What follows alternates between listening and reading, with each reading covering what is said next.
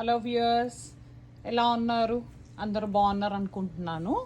ఈరోజు మనము aloe vera ప్లాంట్స్ని separate చేయడం చూద్దాము.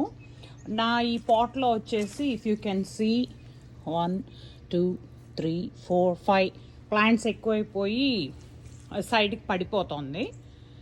సో ఎట్లా సపరేట్ చేయాలి అనేది చూద్దాం.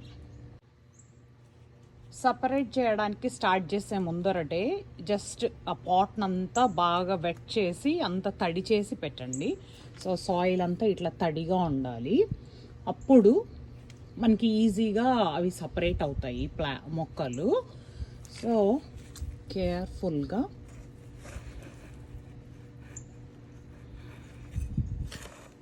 See if you can separate. నాకు వచ్చి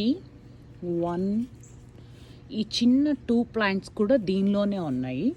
so I will take all of them together so nothing will break or die. Okay,